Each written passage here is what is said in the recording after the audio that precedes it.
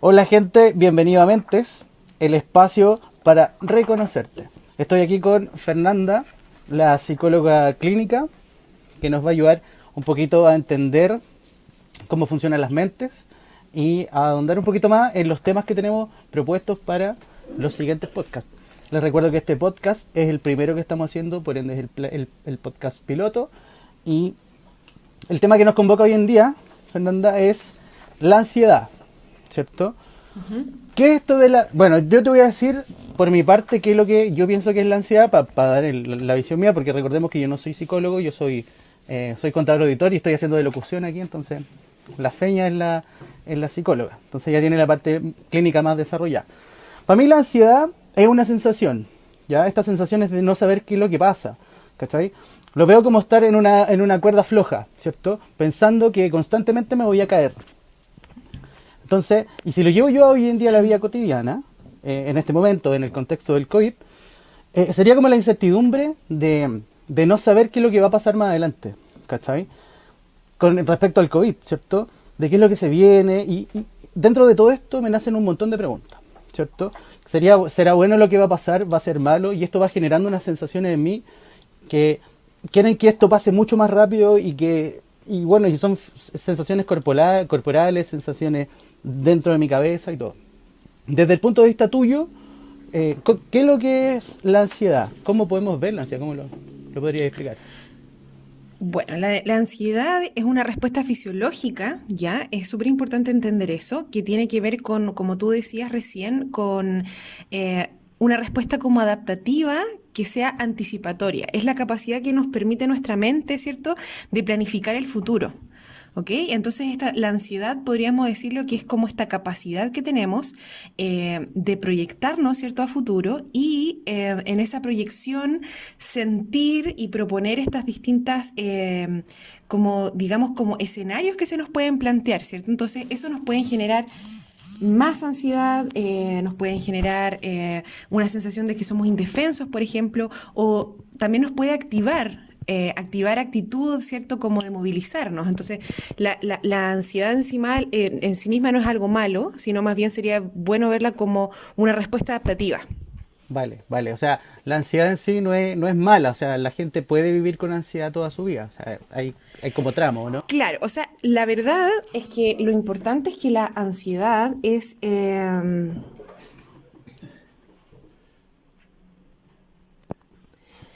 la ansiedad es una respuesta, ¿cierto?, a un peligro inminente, ¿cierto?, que no necesariamente es real, no es que esté fuera, no es estar en una oficina con un león, ¿cierto?, que Vale. te va a comer, que eso sería miedo real propiamente tal. La ansiedad es una respuesta como al miedo finalmente, pero proyectada hacia el futuro. Es donde este miedo no es real, o sea, no estoy frente al león, pero siento como si lo estuviera. Vale, vale, vale, vale. Oye, y te pregunto a ti, eh, ¿por qué tenemos ansiedad nosotros? ¿Por qué se produce la ansiedad?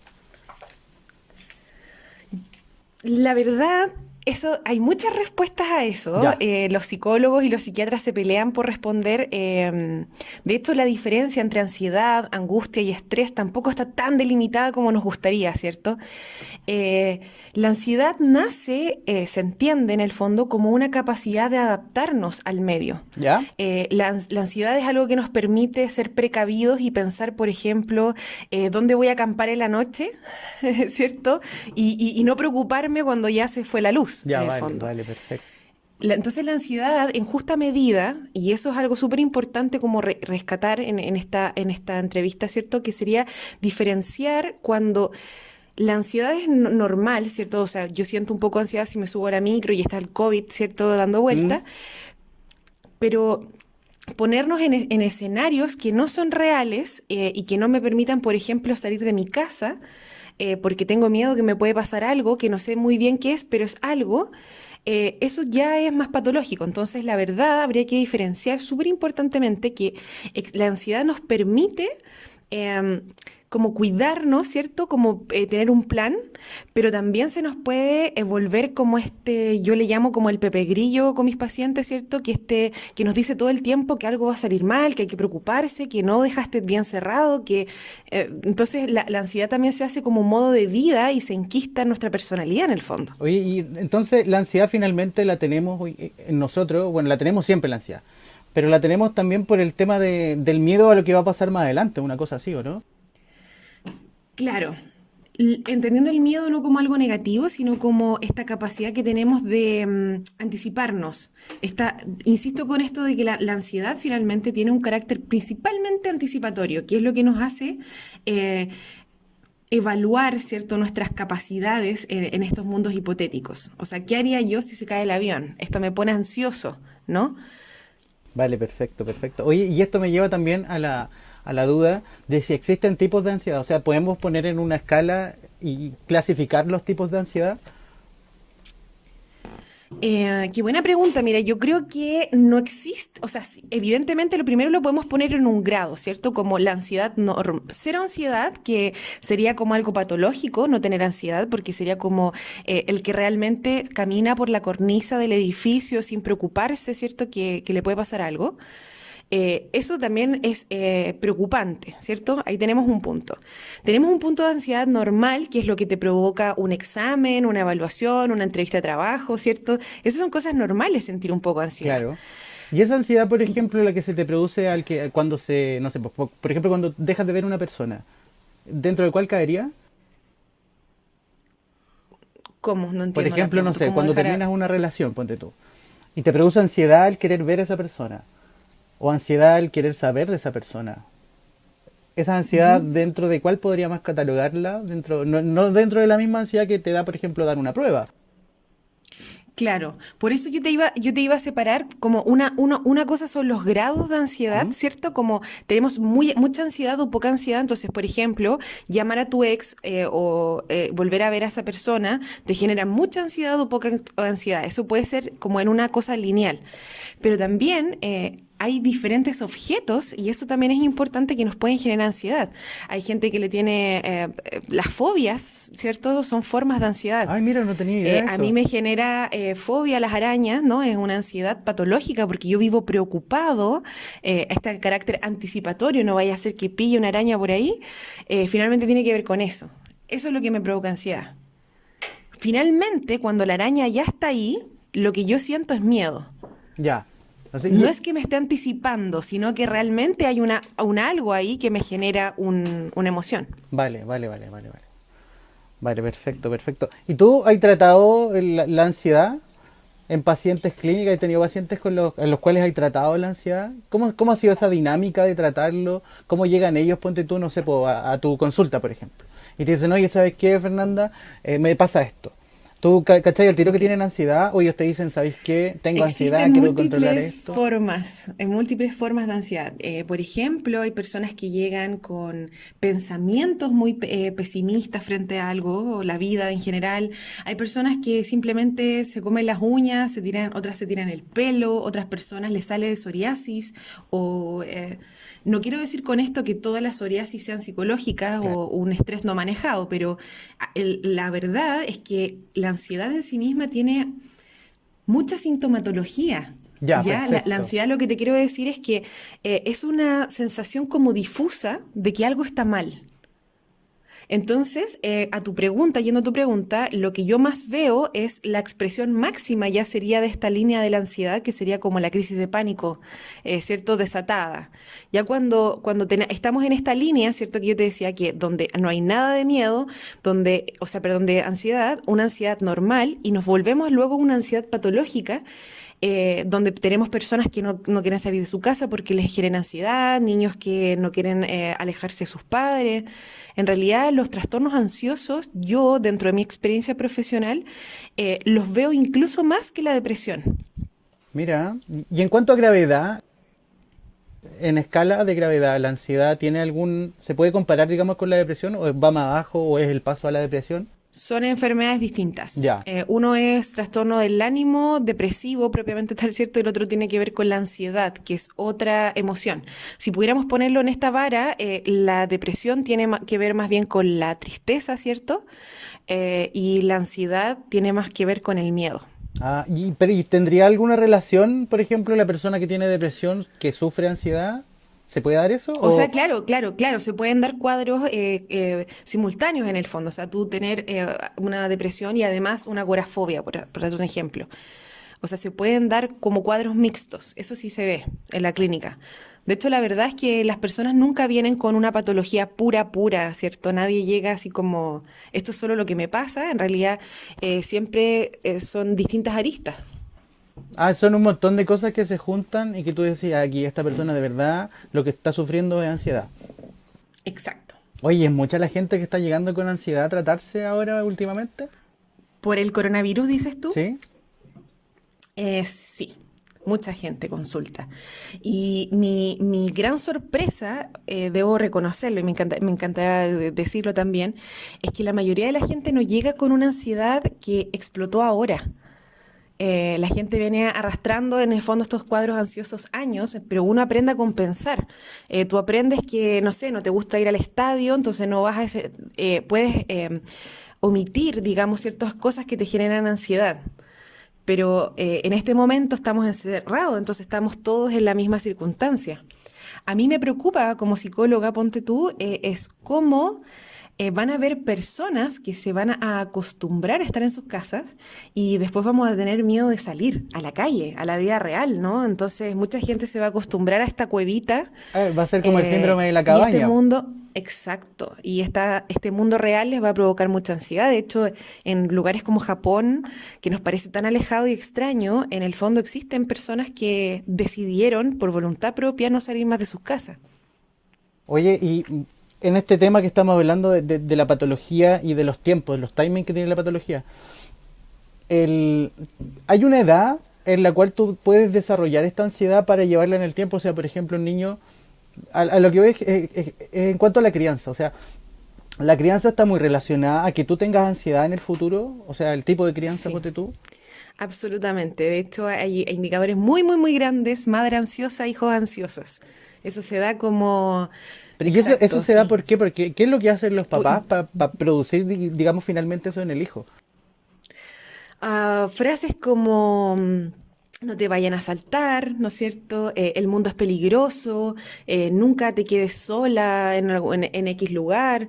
Todos estos mandatos que tienen que ver con cuidarse, ¿no? Que en el fondo también es algo doble, porque también uno necesita cuidarse. Pero esto como de percibir, no sé, padres que son muy ansiosos con el tema de los gérmenes, ¿no? De las bacterias, no sé, de las notas. Pueden ser muchas Ay, cosas. todo eso va sumando, claro. Y claro, y en el tiempo la ansiedad explota en algún momento o se mantiene así como lineal la ansiedad. Yo creo que lo que yo veo más es que, bueno, todos vivimos, como te explicaba en un principio, con ansiedad. O sea, no tener nada de ansiedad es algo preocupante más que algo bueno. Em, Yo creo que la verdad es que las personas necesitan en el fondo estos grados óptimos de ansiedad, pero se vuelve patológico en el fondo cuando este carácter anticipatorio nos perturba en la vida diaria. O sea, ¿qué quiero decir? Por ejemplo, yo puedo tener miedo a volar, pero una cosa es enfrentarme al miedo a volar cuando estoy subiéndome a un avión, a estar constantemente pensando en que me da miedo el hecho de ver un avión, ¿me Sí, entiendes? a mí También me tiene que pasaba ver con los eso, límites. ¿cachai? A mí me pasó eso, de hecho la primera vez que me subí a un avión, porque yo nunca me había subido a un avión, la primera vez que me subí me bajé del avión, porque era tanto el miedo que yo tenía que el avión se fuese a caer o que no sé, fallara algo y se cayera, así como que finalmente el miedo que tenía yo era que el avión se cayera, ¿cachai? Entonces, claro, me hice el ánimo, me subí, el avión partió, estuve súper tenso mientras el avión estaba partiendo con un miedo inmenso, pero ya con el tiempo lo fui perdiendo y como que fui controlando eso. Si bien, por ejemplo, no sé, cuando me toca viajar en avión ya hay ¿Te tormenta, pones ya hay ansioso? turbulencia, ahí como que me revive eso y es como que se va a caer este Mm. avión. ¿Qué hago? ¿Qué hago? Y Pero no por como que... ejemplo, y en ese ejemplo sería súper importante mostrar que lo que te provoca el subirte al avión es el proceso de ansiedad, ¿no? Como que Claro. vuelvo a esto anticipatorio. Cuando ya estás arriba del avión y esto se pega como un bache, obviamente ahí es miedo real, o sea, ahí es miedo como una emoción. Es importante considerar que la ansiedad, cuando supera la normalidad, tiene que ver con estos parámetros como de intensidad, como la frecuencia, la duración, ¿no? Son esas cosas esas aristas que uno ve como terapeuta finalmente para determinar si esto es real o estos estímulos en el fondo no son tan amenazantes, no son reales, no están afuera. Oye, y ¿Me entiendes? físicamente, ¿cómo se te presenta a ti la ansiedad físicamente? ¿Cómo deteriora, puede llegar a deteriorar tu cuerpo la ansiedad? Cuando es mantenida en el tiempo, sí. Ahí ya estaríamos hablando como de estrés, pero en realidad volvemos a lo mismo, que están bien unidas estas palabras. Eh, la ansiedad puede provocar muchísimos síntomas. Eso es amplísimo. Ese típico Desde, dolor de la guatita que insisto, uno tiene. dolor de guatita, o cuando tenemos la garganta apretada, o cuando tenemos sudoración, cuando tenemos una sensación como escalofrío, e incluso ya volvemos, por eso lo digo tanto, a la forma más compleja, en realidad creo que esa sería la palabra, que es la crisis de pánico, que en el Ya. fondo yo creo que la palabra lo resume todo, es sentirte, eh, la palabra asustado queda pequeña, ¿no? Es pánico. Es Es como que la como, olla de presión explota de todas esas emociones que tenéis juntas, de todos esos miedos, y a la final es como que el cuerpo se bloquea. es como que una descarga de ansiedad, pero así potente, y aquí están estas palabras importantes, es la intensidad, es la frecuencia y es la duración. Oye, y estamos llegando ya casi a finalizar el podcast y la dinámica de esto es así. O sea, tratamos un tema, lo conversamos. Si es lo posible hay gente que lo escuche y quiere mandarnos algún tema relacionado a lo que sea, el estrés, un montón de cosas más, porque nosotros tenemos temas preparados, pero si la gente quiere que toquemos un tema también podemos desarrollarlo, siempre y cuando nos veamos aptos para desarrollarlo, porque no vamos a hacer algo que no sabemos, lo dejamos claro. Exacto. Pero y ya en los últimos minutos de la grabación, de lo que estamos haciendo, sería bueno poder darle a la gente algún tips, a la gente que siente Sí, que de verdad tiene ansiedad súper. y qué ellos pueden hacer en la casa como para poder manejar eso. Por ejemplo, no sé, algún chico que tiene que dar su examen de grado, porque tú está sumido en un montón de estrés y yo me imagino que su ansiedad debe estar por las nubes. Entonces, para una persona Ujú. así, normal, ¿qué es lo que puede hacer esa persona como para poder manejarlo y para poder hacer lo que tiene que hacer cotidianamente de manera normal? Claro, mira, yo creo que el gran tema de los ansiosos en general es que las cosas físicas, en el fondo, la crisis de pánico propiamente tal, o esta expresión de dolor de guata o la sudoración, son síntomas físicos, ¿ya? Y los síntomas es como la fiebre, ¿no? La fiebre en sí misma no es el problema, es la ansiedad. Son estos pensamientos en el fondo que atormentan y que no te dejan tranquilo, porque lo curioso del pensamiento es que tú te llevas el pensamiento a todos lados. Tú vas al Eh, baño y estás pensando, vas a cocinar y estás pensando, vas en el auto y estás pensando. Entonces mi consejo, y este es consejo que yo se lo doy a mis pacientes, es que, y es un consejo que yo saqué del budismo, imagínate, Ay, mira, eh, que nosotros tenemos nuestro pensamiento, podemos ver el pensamiento como una herramienta primero, y esta herramienta vamos a pensar que es como el cielo. ¿ya? En este cielo hay nubes y estas nubes, algunas tienen distintas formas, unas son más oscuras, otras más claras.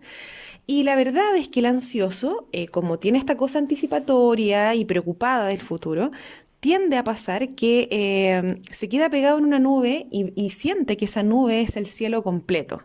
Yo el trabajo que hago con mis pacientes es entrenar este cerebro, entrenar nuestra cabeza, nuestra mente, para poder sacar el foco de atención Ya, en vale. esa nube y llevar la atención a otro lugar.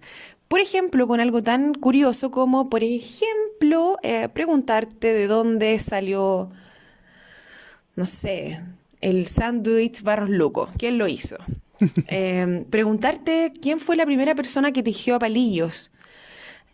El darte el tiempo para frenar y buscar otra cosa te hace salir de esa nube. Entonces mi consejo es